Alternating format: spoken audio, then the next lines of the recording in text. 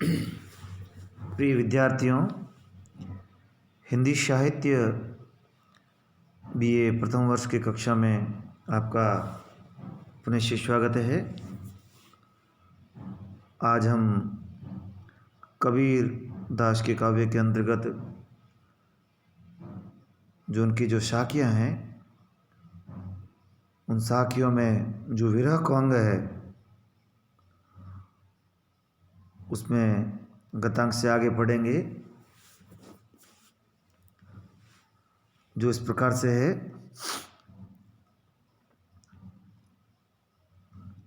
सब रंग तंत रबाब तन, विरह बजावे नित, और न कोई सुनी सके के साईं के चित।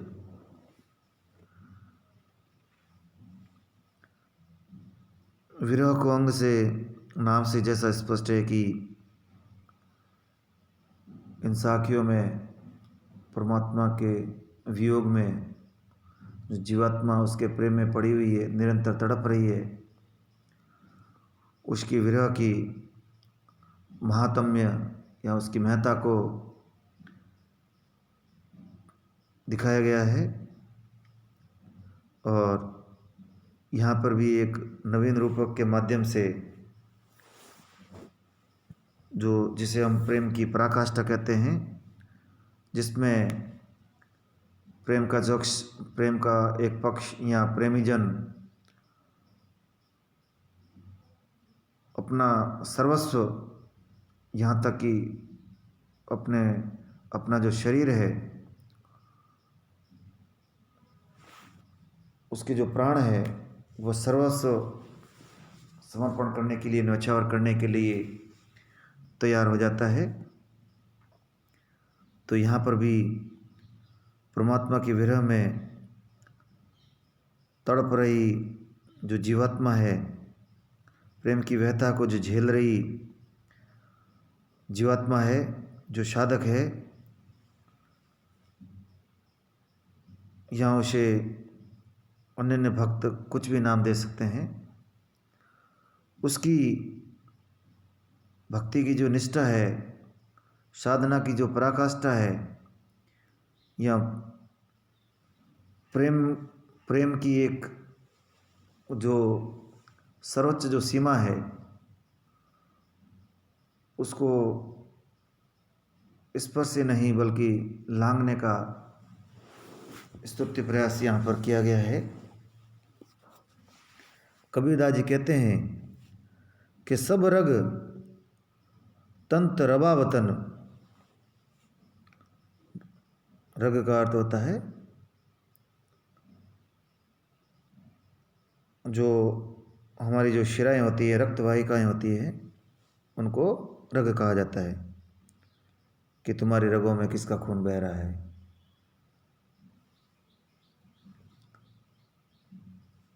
तो इस प्रकार रग का अर्थ है रक्त वाहिकाएं, जिनको हम सामान्य भाषा में नसें या शिराएं इत्यादि भी कह देते हैं। सब रग तंत रबाब तन। रबाब एक प्रकार का वाद्य यंत्र है, एक तत्वाद्य है। तत्वाद्य में जो जिन वाद्य यंत्रों में तारें होती है, पतली तारें प्रयुक्त होती है, और उस तार पर चोट करके ध्वनि निकाली जाती है। तो रबाब भी एक प्रकार का सारंगी या जो एकतारा इत्यादि जो तत्वाद्य होते हैं, उनके समान एक प्रकार का वाद्य यंत्र, एक प्रकार का बाजा ही है। और इस प्रकार के जो वाद्य यंत्र होते हैं, उसमें जो धातु की जो तारें होती है, उसके अतिरिक्त घोड़े की पूंछ है, पूंछ के जो बाल है, महीन बाल, वो, और यहाँ तक कि जो आंत की जो तांत होती है, पशु इत्यादि के जो आंतें होती है, आंतें बड़ी नम्य होती है और उनमें प्रहार झेलने की शक्ति होती है, नम्यता होती है। इसी कारण उनका प्रयोग भी इन वाद्य यंत्रों में किया जाता है। तो कहने का आशय है कि कबीरदास जी ये कह रहे हैं कि ये उसका जो शरीर है वह एक रबाब के समान वाद्य यंत्र बन जाए, और उसकी जो सारी रगें हैं, उसकी जो मेरे शरीर की जो सारी शिराएं हैं, रक्त वाहिका हैं, जो नसें हैं, वह उस रबाब की तारे बन जाए। विरह बजावे नित, और उस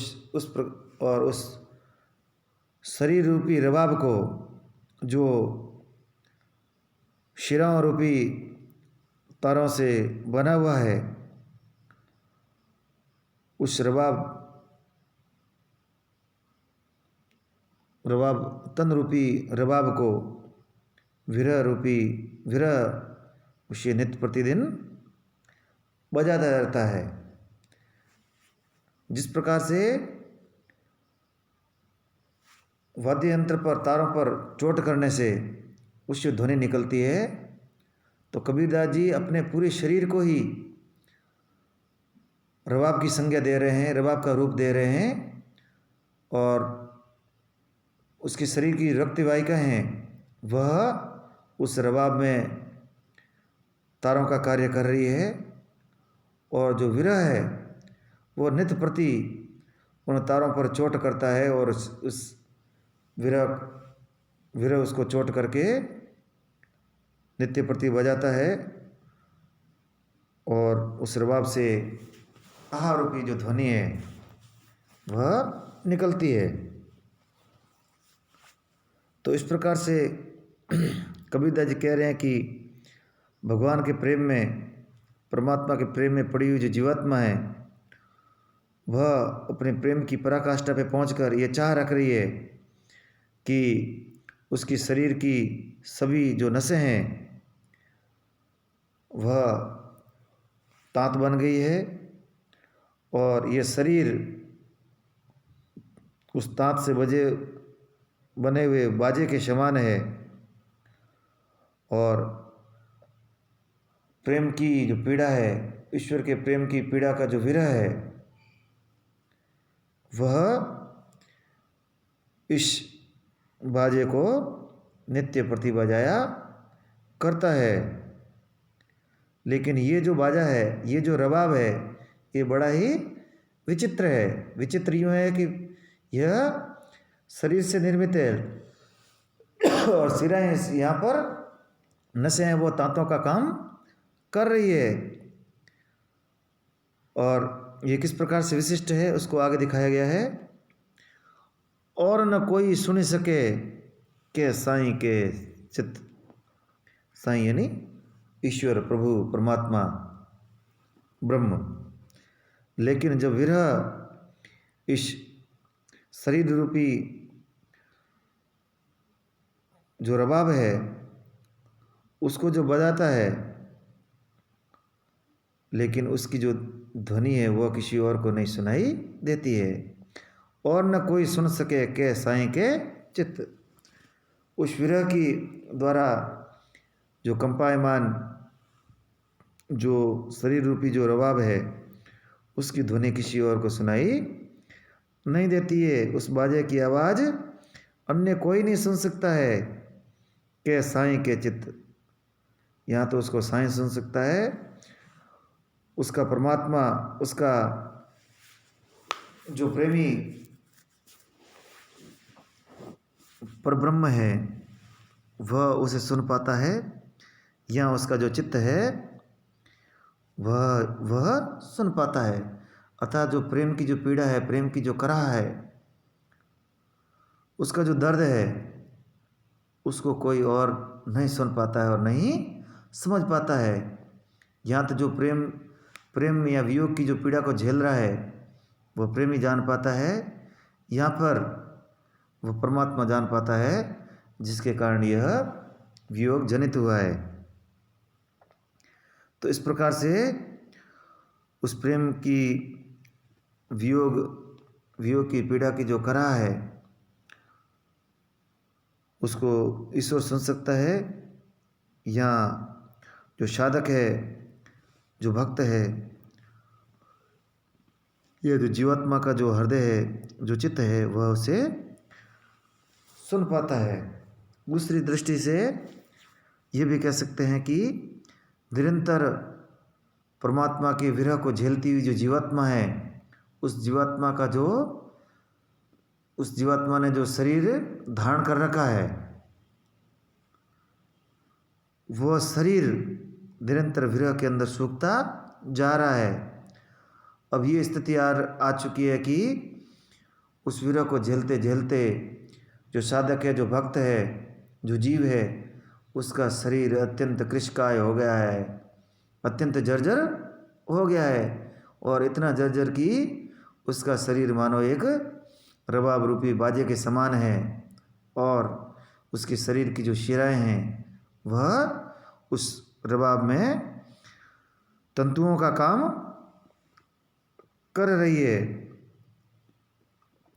और परमात्मा के विरह में जो जर्जर और जो कृशकाय जो शरीर है, उसको रबाब बताकर कबीरदास जी अपने विरह वेदना की जो व्यंजना है, उसकी जो पराकाष्ठा है, उसकी जो चरम सीमा है, उसको दिखाने का प्रयास कर रहे हैं। इस प्रकार से यहाँ पर जो साधक है, जो भक्त है, उसकी अनन्य भक्ति और जो निष्ठा है, उसका भाव भी यहाँ पर प्रकट किया गया है। अगला दोहा इस प्रकार से है, ये परीक्षा की दृष्टि से महत्वपूर्ण है। अंसड़िया झाई पड़ी पंथ निहारी निहारी, जी बढ़िया छाला पड़िया राम पुकारी पुकारी। परमात्मा रूपी जो प्रियतम है, उसके विरह में व्यतीत जो विरहणी जो आत्मा है, उसकी किस प्रकार की दशा हो गई है, उसको यहाँ पर दर्शाया गया है, उसको यहाँ पर दिखाया गया है। कबीरदास जी कह रहे हैं कि प्रियतम जो परमात्मा है, उसका किस प्रकार से उसके दर्शन की लालसा रखती हुई जीवात्मा उसकी बाट जोड़ रही है। कह रही है जीवात्मा कि अंसड़ियाँ झाई पड़ी पंथ निहारी निहारी, पंथ यानी राह, कि उसकी जो आंखें हैं वह नित्य प्रतिदिन अपने प्रियतम की बाट जोती रहती है, उस राह को निरंतर तकती रहती है, जिस राह से उसका प्रियतम लौट कर आएगा उससे मिलने के लिए, या जिस पथ पर चलकर परमात्मा उसको दर्श देंगे, उस पथ को, उस राह को वह जीवात्मा निरंतर निहारती रहती है। और वह विरहणी आत्मा अपनी प्रेमी की बाट जोते जोते थक चुकी है, और यहाँ तक कि उसकी नेत्रों की जो ज्योति है वह मंद पड़ चुकी है, धूमिल पड़ चुकी है। जिस प्रकार किसी वस्तु को हम एकटक होकर देखते हैं, और निरंतर एकटक देखने से एक समय ऐसा आता है कि आंखें थक जाती है और वो वस्तु हमें धूमिल प्रतीत होती है, आंखों के आगे अंधकार छाने लग जाता है। तो उसी प्रकार की कुछ दशा उस जीव की भी हो गई है, जो परमात्मा के दर्शन की चाह रखता हुआ निरंतर उसकी बाट जोते रहता है, और उसके आगमन पथ को निरंतर निहारता रहता है। लेकिन परमात्मा नहीं आते हैं, और यहाँ तक कि उसकी आंखों की जो ज्योति है वो मंद पड़ चुकी है, आंखों के अंदर आगे अंधेरा छा चुका है। झाई का अर्थ होता है छाया पड़ जाना, और निरंतर इस प्रकार से आंखों पर जोर पड़ने से आंखों के नीचे छाया पड़ चुकी है, कालिमा आ चुकी है, आँखों की ज्योति मंद हो चुकी है। जीबड़िया छाला पड़िया राम पुकारी पुकारी। और अपने प्रियतम राम नाम की रट लगाते लगाते, अपने प्रियतम के नाम को स्मरण करते करते उसके जीभ पर छाले पड़ गए हैं, अर्थात उसकी आंखें वह प्रेम दर्शन में थक चुकी है और उसकी जो जीभ है वह परमात्मा को पुकारते पुकारते थक चुकी है, उसके ऊपर छाले पड़ गए हैं, परंतु अभी तक उस प्रियतम परमात्मा का आगमन नहीं हुआ, उसका किसी प्रकार से दर्शन नहीं हुआ है। तो इस प्रकार से जो एक साधक है, एक जो भक्त है, उसकी जो विरह की जो पीड़ा है, उसकी जो विरह की जो विकरालता है, उसको बहुत ही सहज शब्दों में और मर्मस्पर्शी चित्रण के द्वारा दिखाया गया है। धन्यवाद।